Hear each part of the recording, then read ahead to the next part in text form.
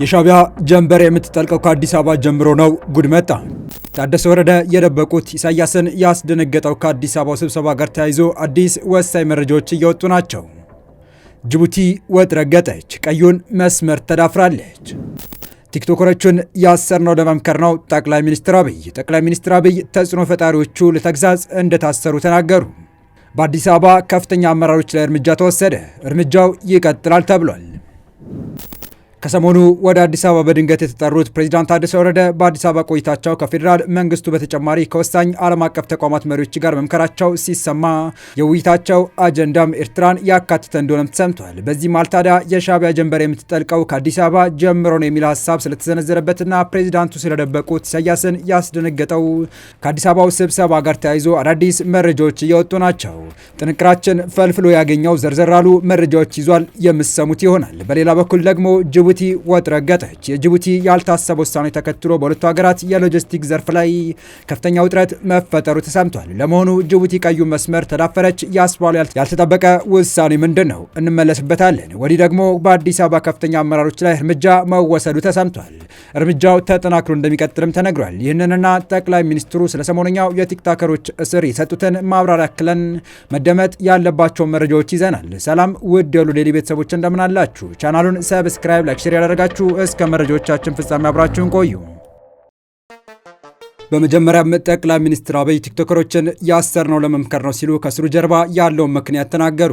ጠቅላይ ሚኒስትር አብይ ተጽዕኖ ፈጣሪዎች ለተግሳጽ እንደታሰሩ ተናገሩ። ጠቅላይ ሚኒስትሩ ተጽዕኖ ፈጣሪዎች ለመገሰጽ በማሰብ መታሰራቸውን ተናግረዋል። መንግስት ሀገሪቱን ብቻ ሳይሆን ትውልድን ጭምር ከሳይበር ወረርሽኝና ጥቃቶች መጠበቅ አለበት ያሉት ጠቅላይ ሚኒስትር አብይ እነ ተጽዕኖ ፈጣሪዎች ይህንኑ በማሰብ መታሰራቸውን ገልጸዋል። ኢትዮጵያ ፕላትፎርሞችን መቆጣጠር፣ ኮንተንቶችን ፊልተር ማድረግና የእድሜ ገደብ ማስቀመጥ ባትችልም ተጽዕኖ ፈጣሪዎቿን መቆጣጠር ና መገሰጽ እንደሚያስፈልጋትም ነው ጠቅላይ ሚኒስትሩ የተናገሩት። አዶናይና ሌሎች ታዋቂ ተጽዕኖ ቲክቶከሮች ከሰሞኑ መታሰራቸው ይታወሳል። ጠቅላይ ሚኒስትር አብይ አህመድ የሳዳር ወግ በተሰኘውና በኢኖቬሽንና ቴክኖሎጂ ሚኒስቴር በለጠ ሞላ ጠያቂነት በተካሄደው ውይይት ወቅት መንግስታቸው ቲክቶከሮችን ማበረታታት እንደሚፈልግ ተናገሩ። ጠቅላይ ሚኒስትሩ በዚህ ውይይት ከሰሞኑ ከቲክቶክ ጋር ተያይዞ በቁጥጥር ስር የዋሉ መኖራቸውን ጠቅሰው እነዚያ ወጣቶች ለኢትዮጵያ አስፈላጊ ናቸው ብለዋል። ያንን አውድ ተቀላቅለው ፈጥረው ለመማር ስራ ለመስራት መሞከራቸው ሊበረታታ የሚገባው ጉዳይ ነው ያሉት ጠቅላይ ሚኒስትሩ ነገር ግን ሲማሩ ከውጭ መማር ያለባቸውን እውቀትና መጠበቅ ያለባቸውን የእኛም ባህል ፍላጎት ከቀላቀሉ ግን ጥፋት ያስከትላል ሲሉ አሳስበዋል። ለዚያ ደግሞ መገሰጽ መምከር ያስፈልጋል። ግማሹ ለምን ተያዙ፣ ግማሹ ለምን አልተያዙም ይላል። እኛ ግን ልጆቹን ማበረታታት ነው የምንፈልገው ብለዋል። መንግስታቸው ቲክቶከሮችን እንደሚደግፍ በመግለጽ ይህም ድጋፍ በምክርና በተግሳጽ መሆን እንደሚገባው በመግለጽም የቲክቶከሮችን በቁጥጥር ስር መዋል በምሳሌነት ጠቅሰዋል። በቴክኖሎጂና በኢትዮጵያ ባህል መካከል የሚኖረውን ግንኙነት ጥንቃቄ እንደሚያስፈልገውም ጠቅላይ ሚኒስትሩ አስምረውበታል። በቀጣይ መረጃ ጉድ መጣ። ከሰሞኑ ወደ አዲስ አበባ በድንገት የተጠሩት ፕሬዚዳንት ታደሰ ወረደ በአዲስ አበባ ቆይታቸው ከፌዴራል መንግስቱ በተጨማሪ ከወሳኝ ዓለም አቀፍ ተቋማት መሪዎች ጋር መምከራቸው ሲሰማ የውይይታቸው አጀንዳም ኤርትራን ያካተተ እንደሆነም ተሰምቷል። በዚህ መሃል ታዲያ የሻዕቢያ ጀንበር የምትጠልቀው ከአዲስ አበባ ጀምሮ ነው የሚል ሀሳብ ስለተሰነዘረበትና ፕሬዚዳንቱ ስለደበቁት ኢሳያስን ያስደነገጠው የአዲስ አበባው ስብሰባ ጋር ተያይዞ አዳዲስ ወሳኝ መረጃዎች እየወጡ ሲሆን ለኢሳያስ አፈወርቂ መጪው ጊዜ ጨለማ ነው እየተባለም ይገኛል።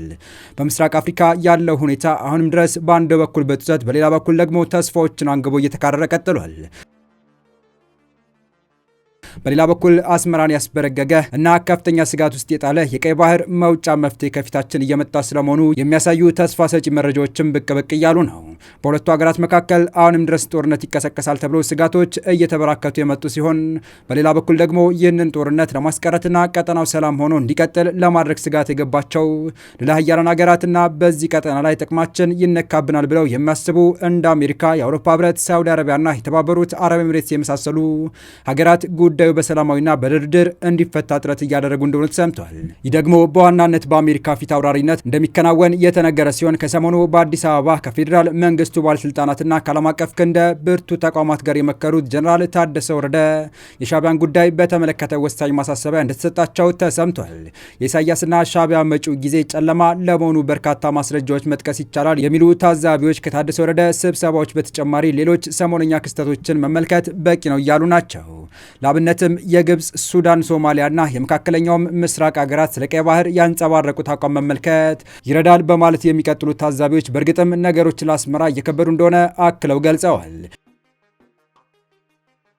ለአብነትም የኢሳያስ ዋነኛ መመኪያ የሆኑትና አጋር ተብላ የምትታወቀው ግብፅ ፕሬዚዳንት አብዱልፈታህ አልሲሲ በአባይ ወንዝ አጠቃቀም ዙሪያ ከኢትዮጵያ ጋር ያለንን ልዩነት የጋራ ተጠቃሚነትን ባረጋገጠ መልኩ በንግግር ለመፍታት ዝግጁ ነን፣ ጦርነት መፍትሄ አይደለም በማለት ተናግረዋል።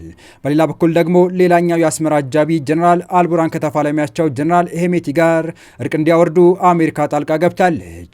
በሁለቱ ተፋላሚ የሱዳን ኃይሎች መካከል አሜሪካ እጅግ ቢበዛ በቀጣይ 2 ሳምንታት የተኩስ አቁም ስምምነት እንዲደረግ ጥብቅ ትዕዛዝ አስቀምጣ እየተሰራበት ይገኛል። ከዚህ በተጨማሪም የሶማሊያ ፕሬዚዳንት ሐሰን ሼክ እዚህ አዲስ አበባ ነበሩ።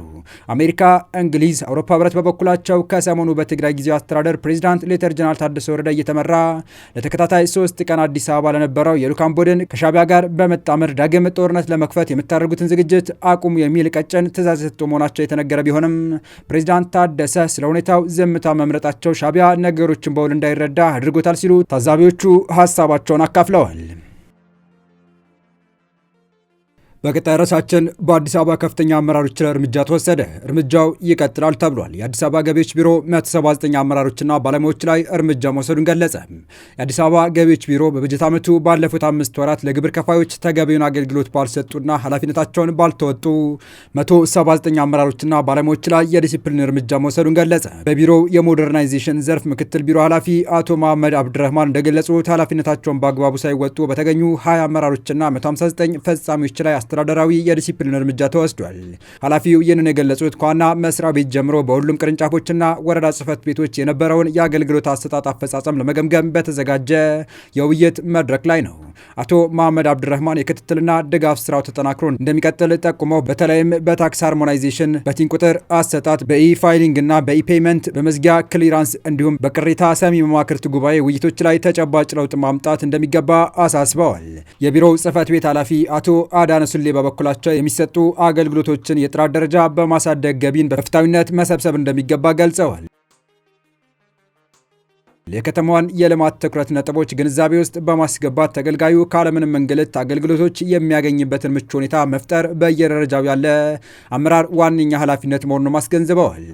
በመጨረሻም የጅቡቲ ወደቦችና ነፃ ዞኖች ባለስልጣን በኢትዮጵያ መንግስት ፍቃድ የተሰጣቸው የግል መልቲሞዳል ትራንስፖርት ኦፕሬተሮች በጅቡቲ ግዛት ውስጥ እንዳይንቀሳቀሱና የጭነት ሰነድ እንዳይቆርጡ እገዳ መጣሉ በሁለቱ ሀገራት የሎጂስቲክ ዘርፍ ላይ ከፍተኛ ውጥረት ፈጠረ። አዲስ ፎርችን ጋዜጣ እንደዘገበው ኢትዮጵያ የሎጂስቲክ ዘርፉን ለማዘመንና የኢትዮጵያን የባህር ትራንስፖርት ሎጂስቲክ አገልግሎት ድርጅቶችን ብቸኛ ተጠቃሚነት ለማስቀረት ለግሉ ዘርፍ ፍቃድ ብትሰጥም ጅቡቲ ግን ይህንን አሰራር ለመቀበል ፍቃደኛ ሳትሆን ቀርታለች።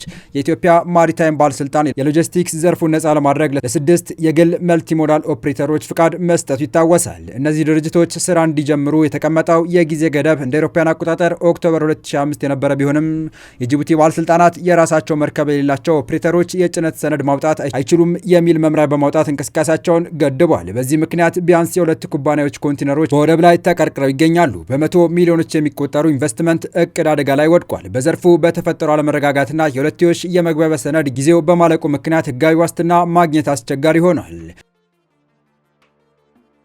ጉዳዩ በቴክኒክ ኮሚቴ ደረጃ ሊፈታ ባለመቻሉ የከፍተኛ መሪዎች ጣልቃ ገብነት እንደሚያስፈልግ የዘርፉ ባለሙያዎች እየገለጹ ነው።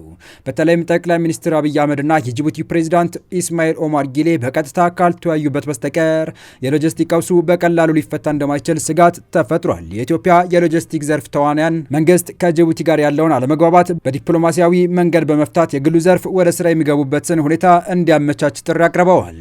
የተወደዳችሁ የቻናላችን ቤተሰቦች ለአሁኑ ለእናንተ ይመጥናሉ ብታደምጧቸው ታተርፉባቸዋላችሁ ብለን የመረጥንላችሁ ዕለታዊ መረጃዎቻችን እስካሁን ያደመጣችኋቸው ነበሩ። በተመሳሳይ ሀገራዊና ቀጠናዊ ጉዳዮች እንዲሁም ዓለም አቀፋዊ ጂኦፖለቲካ፣ ወታደራዊና አነጋጋሪ ክስተቶችን ዕለት በዕለት ተከታትለን በትኩስ ይዘን እንደምንቀርብ እያሳወቀን የቻናል ቤተሰብ ካላችሁ ሰብስክራይብ፣ ቪዲዮን ላይክ እና ሼር በማድረግ ተደራሽነታችን ታሰፉ ዘንድ አክብሮታዊ ግብዣችን ነው። አበቃን። ሰናይ ጊዜን ተመኘን።